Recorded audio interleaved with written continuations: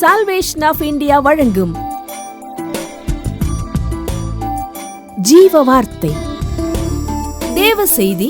Pastor K. Moses Mariyappan, Madurai. Salvation of India ministries மற்றும் public charitable trust மூலமாக தாய் தகப்பன் இல்லாத பிள்ளைகளுக்காக பல உதவிகளை செய்து வரும் உங்கள் அன்பு சகோதரர் பாஸ்டர் கே. மோசஸ் மாரியப்பன் அவர்கள் முற்றிலும் பார்வையற்றவர். அரசு விதிமுறைகளின்படி நடத்தப்படுகிற இந்த ஊழியத்திற்காக உங்கள் உதாரத்துவமான உதவிக்கரங்களை தாருங்கள். எங்கள் ஊழியங்களில் நடைபெறுகிற ஆவிக்குரிய கன்வென்ஷன்கள், வீட்டு கூட்டங்கள், அழைக்கின்ற சபையில் தேவ செய்திகளின் மூலமாக கிடைக்கும் உதாரத்துவமான காணிக்கைகளால் இந்த ஊழியங்கள் நடைபெறுகின்றன.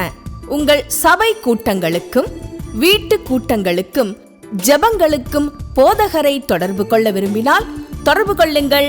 Pastor K. மோசஸ் மாரியப்பன், செல் 9360383940. கடைசி காலம் என்று நாம் சொல்லிக் கொண்டிருக்கிறோம். எல்லாம் ஒரு பொருள் வாங்கும் போது, குடும்ப வாழ்க்கையில ஈடுபடும் போது நாம சில காரியங்களை சோதித்து அறிகிறோம்.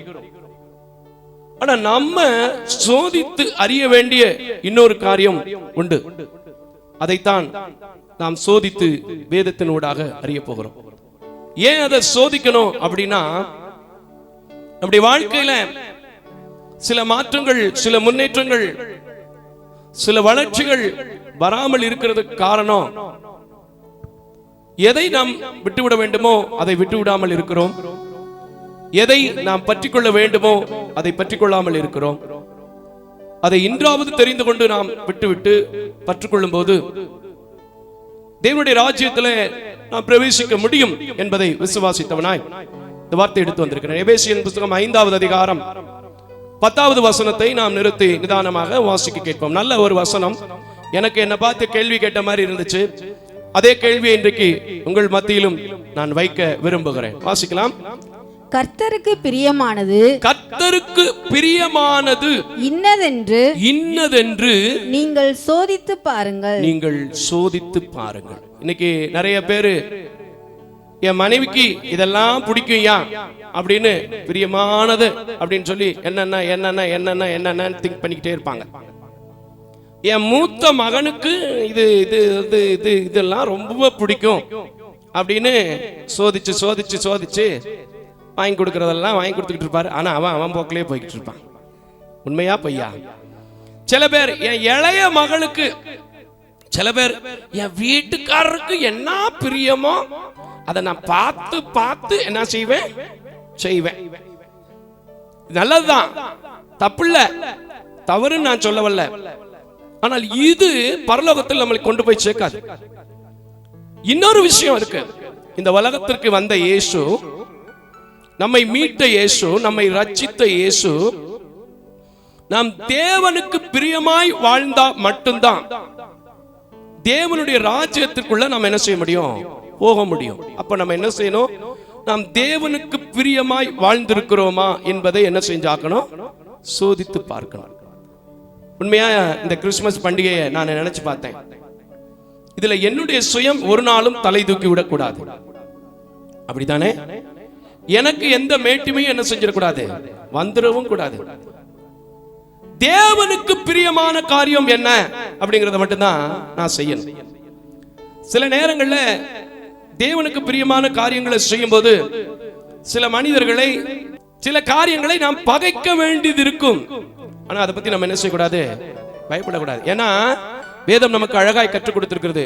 என் நிமித்தம் மனைவியோ, கணவனையோ, சகோதரனையோ, சகோதரியோ யாரையாவது நீங்க பகைக்க வேண்டியது இருந்தால் நீங்கள் எப்படி இருப்பீங்க? பாக்கியவான்கள். கரங்களை தட்டி ஒரு அல்லேலூயா சொல்லுங்க. இன்னைக்கு எதையோ நீங்கள் சோதித்து அறிகிற நீங்கள், நம்மையும் கூட தேவன் சோதிக்க வேண்டும் என்பதற்காக சொன்ன ஒரு வார்த்தை உண்டு. அவர் நம்மை சோதித்த பிறகு நாம் எப்படி விளங்குவோமா? பொன்னாக விளங்குவோம். இப்படியெல்லாம் சொல்லி ஒவ்வொரு மனிதனுடைய வாழ்க்கையிலும் இந்த ரிசர்ச் பண்ணக்கூடியது, ஆராய்ச்சி செய்து பார்ப்பது, சோதித்தல் என்பது அவசியமான காரியம் என்பதை சொல்லிக் கொடுத்திருக்கிற தேவன் இப்போ ஒரு காரியத்தை பவுல் மூலமாய் எபேசியர்ல பேசுகிறார். தேவனுக்கு பிரியமா, அந்த வசனத்தை இப்ப வாசிங்க சிஸ்டர். 5:10 இப்பொழுது நிறுத்தி நிதானமா ஒரு முறை வாசிக்க கேட்போம். கர்த்தருக்கு பிரியமானது, கர்த்தருக்கு பிரியமானது இன்னதென்று நீங்கள் சோதித்து பாருங்கள். நீங்கள் சோதித்து பாருங்கள். இதுவரைக்கும் உங்க வாழ்க்கை எப்படி வேணாலும் இருந்துட்டு போகுது. இதுவரைக்கும் உங்க வாழ்க்கையில நீங்க எப்படி வேணாலும் வாழ்ந்துட்டு போலாம், பிரச்சனையே கிடையாது. இப்ப நாம ரட்சிக்கப்பட்டு விட்டோம். சபை ஆராதனைக்கு ஒழுங்காய் கடந்து வருகிற பிள்ளைகள், சபைக்குள்ளே நல்ல பாட்டு கேட்கிற பிள்ளைங்க, சத்தியம் கேட்கிற பிள்ளைங்க, தேவனுக்குள்ளாக வளர்ச்சி உங்களுக்குள்ள வர வேண்டும் என்றால், தேவனை மகிமைப்படுத்துவதற்கும் தேவனுடைய ராஜ்யத்தை சுதந்திரிப்பதற்கும் கண்டிப்பாக ஒரு காரியம் வேண்டும். தேவனை நாம் எப்படி பிரியப்படுத்தி இருக்கிறோம், ஏன் இதை சொல்றாரு அப்படிங்கிறத நாம் படிச்சு பார்க்கும்போது, முதல் வசனத்திலே 2வது வசனத்திலே கொஞ்சம் முதல் வசனம் 2வது வசனத்தை வாசிப்போம். எபேசியர் 5:1-2. ஆதலால் நீங்கள் பிரியமான பிள்ளைகளைப் போல தேவனை பின்பற்றுகிறவர்களாகி கிறிஸ்து நமக்காக தம்மை தேவனுக்கு சுகந்த வாசனையான காணிக்கையாகவும் பலியாகவும் ஒப்புக் கொடுத்து நம்மில் அன்பு கூர்ந்ததை போல பலியாக, சுகந்தமாக. நான் அப்பதே சொன்னேன், சாந்தமா தான் சிலுவைக்கு போகும்போது போனார் அவரு. எத்தனை பேருக்கு தெரியும் இயேசு சாந்தமா சிலுவைக்கு போனார்? உண்மையா பையா? என்னவாடா நீ போடுற, நான் 3 நாள் கழிச்சு வந்து பெல்ட் எடுத்து சவட்டுறேன் பாரு, ஒரு சவட்டு. சொன்னாரா, பிதாவே இவர்கள் செய்கிறதை மன்னியும். அல்லேலூயா. இந்த சுபாவம் கிறிஸ்துவை ஏற்றுக்கொண்டிருக்கிற நமக்குள்ளே நாம் எதற்காக பிடிக்கப்பட்டிருக்கிறோமோ, எதற்காக அழைக்கப்பட்டிருக்கிறோமோ, எதற்காக தெரிந்து கொள்ளப்பட்டிருக்கிறோமோ, எதற்காக ஆலயத்திற்கு வருகிறோமோ, எதற்காக சத்தியத்தை அறிகிறோமோ, அதை தெரிந்திருக்கிறோமா? தெரிந்து தேவனை பிரியப்படுத்துகிறோமா? இல்ல. இன்னும் என்ன சொல்றாரு கொஞ்சம் வாசிங்க அப்படியே தொடர்ந்து. பலியாக நீங்களும் அன்பிலே நடந்து கொள்ளுங்கள். நடந்துக்கிறீங்களா? முதல் கற்பனையே, பிரதான கற்பனைகளிலே முதலாம் கற்பனை, பெரிதான கற்பனை. முதலாம் கற்பனை சொல்ல முடியாது, 2வது கற்பனை, பெரிதான கற்பனை அப்படின்னு சொல்லும் போது தேவன் என்ன சொன்னாரு? அன்பு. அவர் இந்த உலகத்திற்கு வந்ததும் அன்பு, பூமியில நாம வைக்கிறதும் அன்பு, அதனால வர்றது வம்பு. அல்லேலூயா. எத்தனை பேருக்கு அன்பு வச்சு வம்பு வந்திருக்கு? அட அதை ஏயா சொல்ற நீ? அல்லேலூயா. வாசிங்க. மேலும் பரிசுத்தவான்களுக்கு ஏற்றபடி. நல்லா கவனிங்க, இதுதான் மெயின் பாயிண்ட். இனிமே போறதா மெயினான காரியம். தேவனை பிரியப்படுத்துகிற காரியத்தை சோதித்து அறியாமல், அவரை பிரியப்படுத்தாமல் நாம இப்ப செய்துட்டு இருக்கிற காரியத்தை அவர் ஒரு லிஸ்ட் கொடுக்கிறார். வாசிங்க. வேசித்தனமும் மற்ற எந்த அசுத்தமும் பொருளாசையும் ஆகிய இவைகளின் பேர் முதலாய் உங்களுக்குள்ளே சொல்லப்படவும் கூடாது. இருக்கா? சொல்லப்படக்கூடாதபடிக்கு இருக்கா? மோசஸ் மாரியப்பன் பேரை போட்டு சொல்ல சொன்னா, என் முன்னாடி தோத்திரம் பிரதர், தோத்திரம் தம்பி, ஐயா இருக்கையா அப்படின்னு சொன்னாலும் அங்கிட்டு போய் ஒரு வார்த்தை சொல்லுவீங்க. அப்படித்தான் இருக்கும். இன்றைக்கு நிறைய பேர் அப்படித்தான் இருக்கும். ஆனால் அப்படி சொல்லப்படக்கூடாது. உங்களுக்கு பின்னாடி உங்களை பார்த்தா செல்வராஜ் பிரதர் ஏசாமியோடைய பிள்ளை, பவளக்கொடி சிஸ்டர் ஏசாமியோடைய பிள்ளை, ஜெனிஃபரு ஏசாமியோடைய பிள்ளை, இப்படி சொல்லணும். ஆனால் நமக்கு பேர் என்னென்ன சொல்றாங்கன்னு நமக்கு தான் தெரியும், அடுத்தவங்களுக்கு சொல்றவங்களுக்கும் தெரியும். சொல்றவங்க பேரை பின்னாடி எப்படி சொல்லுவாங்கன்னு அவங்களுக்கு தெரியாமே சொல்லிட்டு இருக்காங்க. உண்மையா பொய்யா? அல்லேலூயா. அடுத்து வாசிங்க. அப்படியே வம்பு. நான் சொன்ன பாத்தீங்களா, அன்புக்கு ஆப்போசிட்டா சொன்னது வம்பு. இங்கேயும் இந்த வம்பை பத்தி வருது. என்னடா அது வம்பா போச்சு இந்த காலையில? சரி வாசிங்க. ஆமாவா? முடிச்சிருவோம், கவலைப்படாதீங்க. வம்பும் புத்தியீனமான பேச்சும். புத்தியீனமான பேச்சு. இந்த புத்தியீனமான பேச்சுன்னா என்னதுங்க? அறிவு கட்டத்தனமா பேசுறது. இப்ப நீங்க அறிவோட பேசிட்டு இருக்கீங்க, அப்படித்தானே? புத்தி கரெக்டான பதம் என்னன்னா, புத்தியீனமா பேசுறது என்னன்னா, அதாவது நம்ம ஏதாவது ஒண்ணு சொல்றோம்னு வச்சுக்கோங்களேன், அதை மனசுல வாங்கி கவனிச்சு அடுத்த பேச்சு பேச மாட்டாங்க. அவன் சொன்னதையே திருப்பி திருப்பி சொல்லிட்டு இருக்கான் பாருங்க, அதுதான் புத்தியீனமான பேச்சு. சில பள்ளிக்கூடத்து பிள்ளைகள்கிட்ட சொல்லுவான், ஊர்ல எல்லாரும் செய்யறாங்கிறதுக்காக நீயும் செய்யக்கூடாதுடா. நம்ம கிட்ட அப்ப வேலைக்கு போறது 100 200, அதுல அந்த ஆளு குடிச்சு வெறிச்சு என்கிட்ட கொண்டு வர்றது 10 20, அதுவும் நான் அவர் தூங்கும் போது பாக்கெட்ல கையை விட்டு எடுப்பேன். அல்லேலூயா, சத்தமா ஒரு அல்லேலூயா. ரைட், இருக்கீங்க. இப்படி சொல்லணும். ஆனா நம்ம பிள்ளைங்க என்ன செய்ய தெரியுமா? அவன் சொன்னதே தான் சொல்லிட்டு இருப்பேன். அம்மா அம்மா அவன் எல்லாம் இந்த ஷூ போட்டிருக்காமா, அவனைத்தாம வாத்தியார் கூப்பிட்டு எங்க கூப்பிட்டு போறாருன்னு வாத்தியாருக்கும் தெரியாது, இவனுக்கும் தெரியாது. ஆனா அவன் என்ன செய்யறானோ அதே தான் இவனுக்கு செய்ய நினைப்பான். அவன் என்ன பேசுறானோ அதையே தான் பேசிக்கிட்டு இருப்பான். அதுதான் புத்தியீனமான பேச்சு. அல்லேலூயா, புத்தியீனமான பேச்சு. அடுத்து வாசிங்க. பரியாசமும் தகாதவைகள். பரியாசம் எப்ப பார்த்தாலும் சரி. சில பேர் இருக்கான், கேலி கிண்டல். அடுத்தவனை இவர் நிலைமை எப்படி இருக்குன்னு தெரியாதுங்க, இவர் நிலைமை எப்படி இருக்குன்னு தெரியாது. ஆனா அடுத்தவரை சொல்லிக்கிட்டு இருப்பாரு, இந்த ஒரு முதுகுல ஒரு எலும்பு நீட்டிக்கிட்டே இருக்கும்ல அவனா, இந்த வாய் கொன்னி கொன்னி பேசுவானே அவனா, இந்த சுருட்ட முடியா ஒருத்தி இருப்பாளே அவளா, புருவத்தை எம்புட்டு நிகழத்துக்கு இழுத்து விட்டுருப்பாளே அவளா. நம்ம புருவம் எப்படி இருக்குன்னு பார்த்தா ஒரு பக்கம் வழுக்கையும் ஒரு பக்கம் சிரட்டையுமா இருக்கும், முடியல் இப்படி இருக்கும். ஆனா நம்ம எப்பவுமே எப்படி இருப்போம்? அடுத்தவனை பரியாசம் பண்ணிக்கிட்டு, கேலி பண்ணிக்கிட்டு, கிண்டல் பண்ணிக்கிட்டு.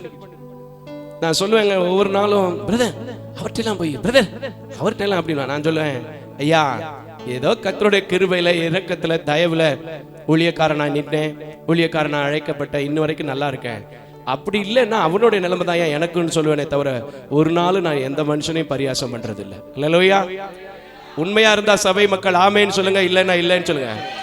ஆமென், ஸ்தோத்திரம். வாசிங்க. பரியாசமும் பரியாசமும் தகாதவைகள். தகாதவைகள். சோஸ்திரம் செய்தலே தகும். செய்றீங்களா? செய்யறோமா? செய்ய மாட்டோம். வம்பு, எப்ப பார்த்தாலும் வம்பு, எப்ப பார்த்தாலும் புத்தியீனமான பேச்சு, எப்ப பார்த்தாலும் அடுத்தவனை கிண்டல் பண்ற பேச்சு. அடுத்து என்ன சொல்றாரு? கொஞ்சம் அப்படி மேல கீழே வாசிட்டே வாங்களே, கொஞ்சம் நல்லா இருக்கும் பாருங்க. வாசனை எனக்கு ரொம்ப தேவைப்படுது. இப்ப விபச்சாரக்காரனாவது. விபச்சாரக்காரனாவது. இதுக்குள்ள எல்லாம் போன நேரமாய் போயிரும். அசுத்தனாவது. அசுத்தனாவது. விக்கிரக ஆராதனைக்காரனாகிய. விக்கிரக ஆராதனைக்காரன் ஆகிய. பொருளாசைக்காரனாவது. பொருளாசைக்காரனாவது. தேவனுடைய ராஜ்யமாகிய.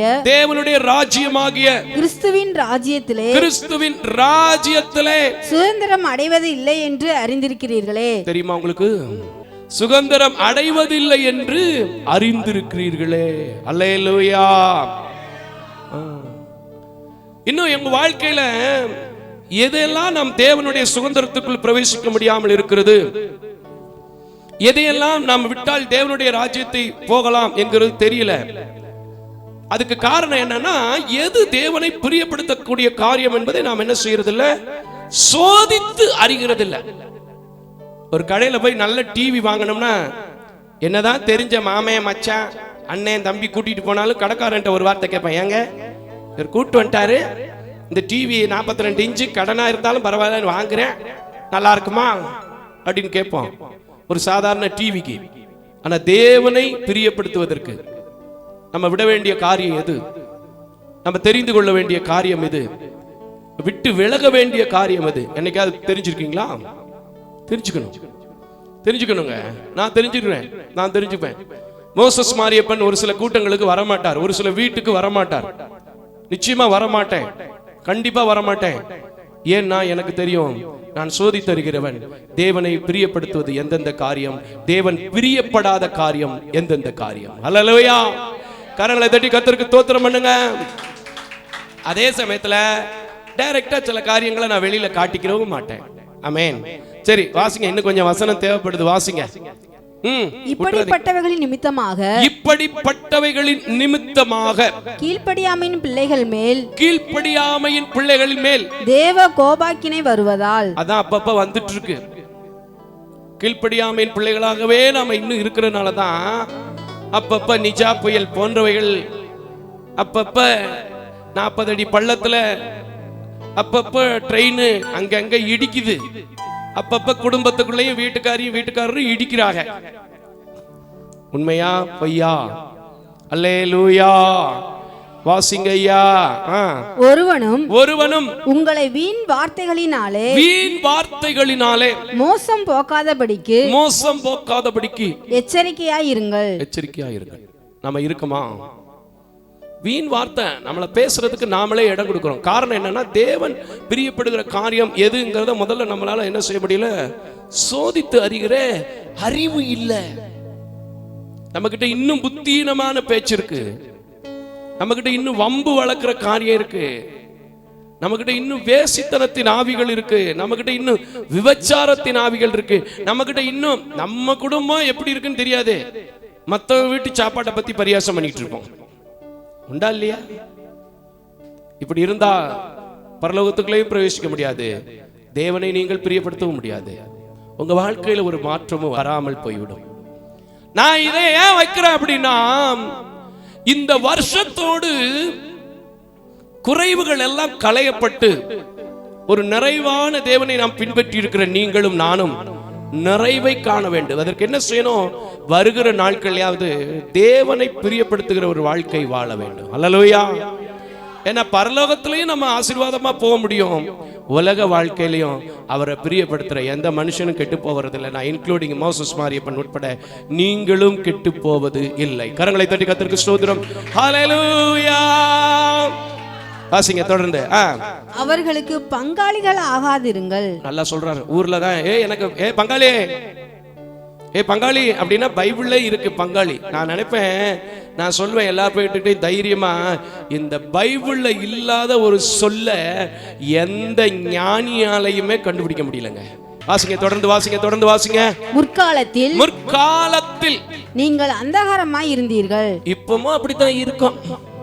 அதான் வேதனை. ஆனா நீங்க தேவனை பிரியப்படுத்துகிற காரியம் எதுன்னு சோதித்தறிந்தா, அந்தகாரத்திலிருந்து ஆச்சரியமான ஒளிக்குள் அழைக்க வந்த தேவன் உங்களை ஆசீர்வதிப்பது புதிய வருஷத்துல, புதிய மாதத்துல, புதிய நாட்களில நிச்சயமாக உண்மை. கரங்களை தட்டி கர்த்தருக்கு ஸ்தோத்திரம். ஆனா நாம் என்ன செய்றோம்? வாசிங்க. முற்காலத்திலே எப்படி இருந்தோம், இப்பொழுதோ கர்த்தருக்குள் வெளிச்சமாய் இருக்கிறீங்களா? ஒரு கிறிஸ்தவனாலே அந்த காலத்துல பயம் இருக்கும். ஒரு கிறிஸ்தவர்கள் வீடு அங்க இருக்குன்னா, ஒரு கிறிஸ்து கோயில் அங்க இருக்குன்னா பயம் இருக்கும். இப்ப எல்லாம் பயமே கிடையாது. ஏன்னா நம்ம ஆளுகளே பாதி பேர் என்ன செய்யறது இல்ல, பயப்படுறது இல்ல. அப்புறம் எப்படி மத்தவன் பயப்படுவான்? நம்ம ஆளுகளே பயப்படுறது இல்ல. ஷூவை போட்டுக்கிட்டு டான்ஸு, டைய போட்டுக்கிட்டு டான்ஸு, செருப்பை போட்டுக்கிட்டு கல்யாணத்துல உட்கார்றது ஆல்டர்ல. நம்ம ஆளுகளே பயப்படுறது இல்ல. அப்புறம் எப்படி மத்தவன் பயப்படுவான்? சரி வாசிங்க. ரொம்ப சொன்னா இவர் ரொம்ப பேசுறாருன்னு சொல்லுவாங்க. எப்பவுமே எனக்கு ரொம்ப பேசுற ஆளு தான் கமெண்ட்ஸே போடுறீங்க. அல்லேலூயா. ரொம்ப பேசணும். ஏன்னா அவருக்கு பேர் என்னதுன்னா பேசும் தெய்வம். நான் அதனால தான் அடிக்க தடவை பாடுவேன், பேசும் தெய்வமே பேசாத கல்லோ மரமோ நீரல்ல, பேசும் தெய்வமே. என் தெய்வம் பேசும் தெய்வமா இருக்கும்போது நான் எப்படிங்க பேசாம இருக்க முடியும்? சொல்லுங்க. என் தெய்வம் பேசும் தெய்வமா இருக்கும்போது நான் எப்படி பேசாம இருக்க முடியும்? எப்படி அது பேசும் தெய்வம்னா, புஸ்தகத்தை பார்க்க முடியாது, லேப்டாப்பை பார்க்க முடியாது, முழங்கால முடக்குறேன், கைய வானத்துக்கு நேரா நீட்டுறேன், காதுல கேட்கிறேன், அதில் பதில் பேசுது. நான் இப்போ உங்ககிட்ட வந்து பேசிக்கிட்டு இருக்கேங்க. கரங்களை தட்டி அல்லேலூயா. சரி வாசிங்க, வசனத்தை வாசிங்க, விட்டுறாதீங்க. வெளிச்சத்தின் பிள்ளைகளாய் நடந்து கொள்ளுங்கள். ரொம்ப தெளிவா சொல்றாரு பாருங்க. வெளிச்சத்தின் பிள்ளைகளாய் நடந்து கொள்ளுங்கள். ஆவியின் கனி சகல நற்குணத்திலும் நீதியிலும் நீதியிலும் உண்மையிலும் விளங்கும். அதுக்கப்புறம் தான் சொல்றாரு, என்ன சொல்றாரு? கர்த்தருக்கு பிரியமானது, கர்த்தருக்கு பிரியமானது இன்னதென்று நீங்கள் சோதித்து பாருங்கள். இன்னைக்கு நம்ம கனி இல்லாம வாழ்ந்துட்டு இருக்கிறோம்.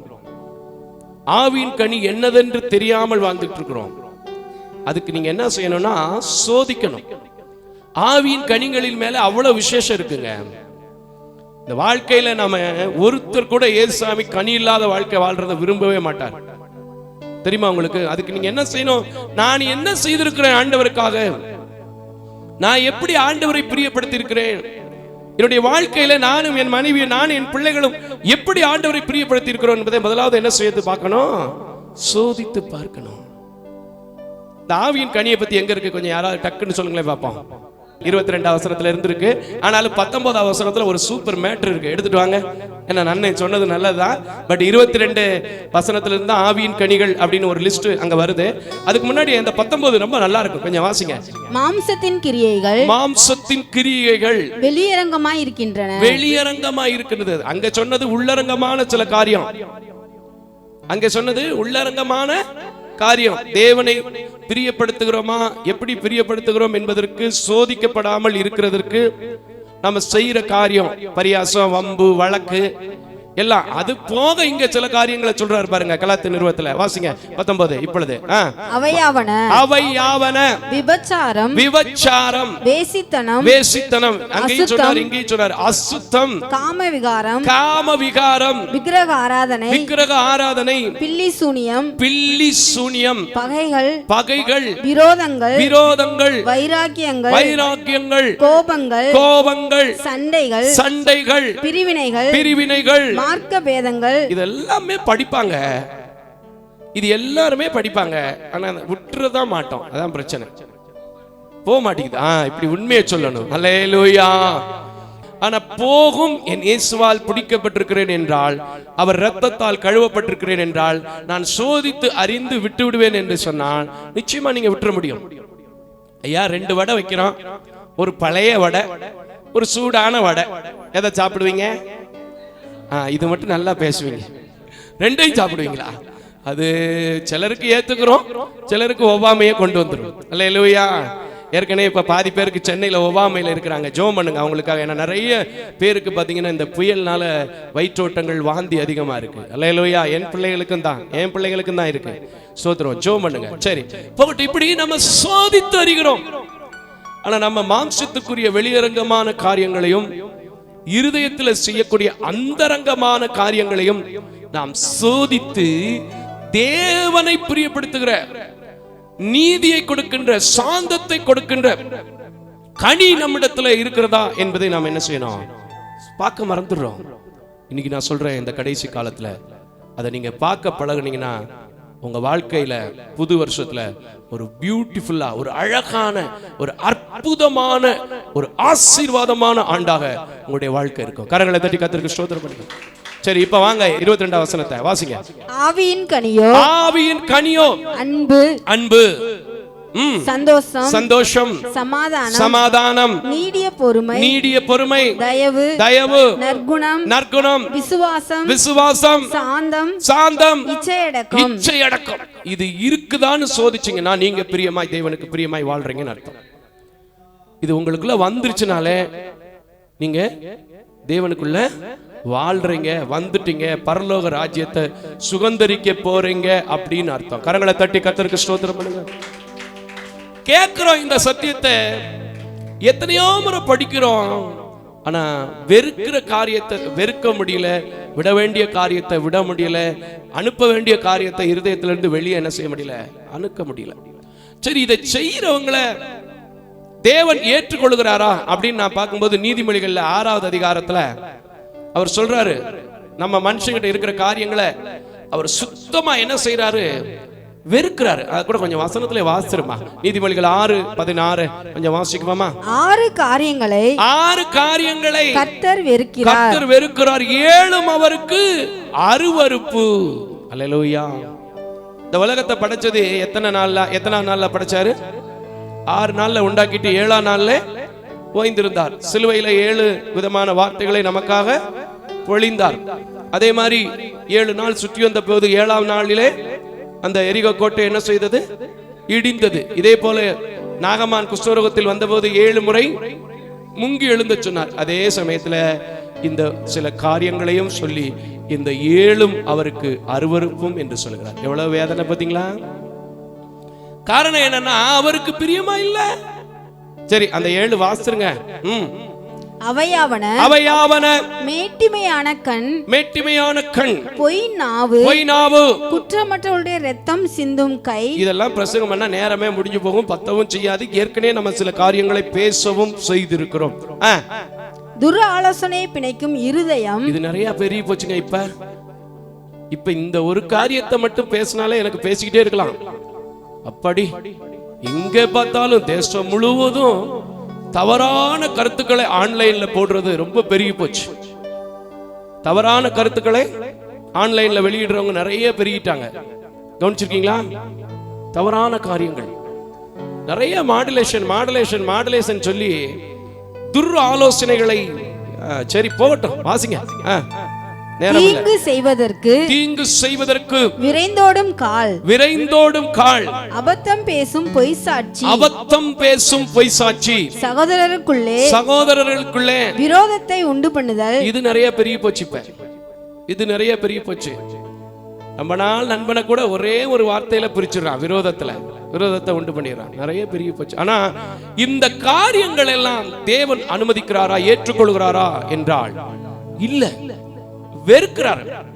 ஏன் இதை நான் இப்போ இந்த நேரத்துல பாயிண்ட் அவுட் பண்ண வேண்டி இருக்குன்னா, இப்படிப்பட்ட காரியம் உங்களுக்குள்ள எந்த காரியம் இருக்கிறதோ அதை எல்லாவற்றையும் விட்டு தேவனை பிரியப்படுத்துவதற்கு நாம் என்ன செய்யணும் அப்படிங்கறத நீங்க ரிசர்ச் பண்ணிட்டு அதை சோதித்து அறிந்து ஆவியின் கனிகள் எந்த இடத்துல எல்லாம் எனக்கு குறைவுபட்டு இருக்கிறது என்பதை என்ன செய்யணும் பார்க்கணும். எல்லாம் ஜெபம் பண்ணுவோமா? கிருபையும் இரக்கம் நிறைந்த நல்ல ஆண்டவரே, அனுதினமும் நான் உம்மில் வளர, உம்மை பிரியப்படுத்த என்னை சோதித்து அறிகிறபடியினால் இத்தனை ஆண்டுகள் இந்த ஊழியத்திலும் என் பிள்ளைகளுடைய தேவையிலும் தொலைக்காட்சி பணியிலும் என் சபை ஊழியர்களின் தேவைகளோடும் என்னோடு கூட இருந்த இயேசுவே, விட வேண்டிய காரியங்கள், நான் மாற வேண்டிய காரியங்கள் என்ன என்பதை சோதித்து தேவனை பிரியப்படுத்துவதற்கு என்னிடத்தில் இருக்கிற குறைவுகள் என்ன என்பதை அறிந்து வாஞ்சிக்கிற ஒவ்வொரு பிள்ளைகளும், சேர்ந்து ஜெபிக்கிற ஒவ்வொரு பிள்ளைகளையும்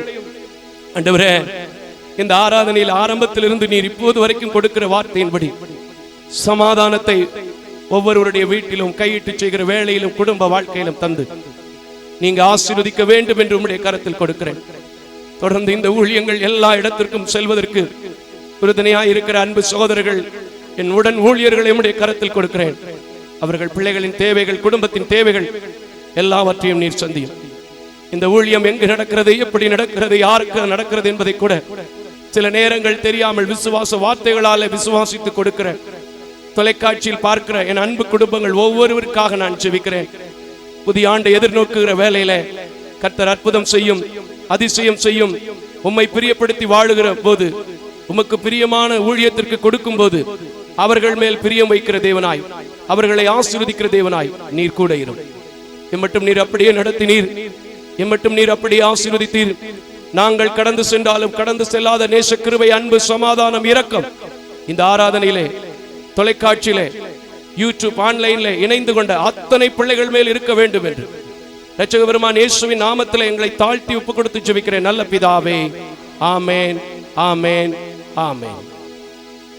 நம்முடைய கர்த்தராகிய இயேசு கிறிஸ்துவின் கிருபையும் பிதாவாகிய கடவுளுடைய இரக்கமும் ஆராதனையில் கலந்து கொண்ட, தொலைக்காட்சி யூடியூப்பில் பார்த்த, தூரத்திலிருந்து கேட்டுக்கொண்ட, உலகம் முழுவதிலிருந்தும் ஆராதிக்கிற அத்தனை பரிசுத்தவான்களோடும் இன்றும் என்றும் சதா காலங்களிலும் தங்கி இருப்பதாக. ஆமென்.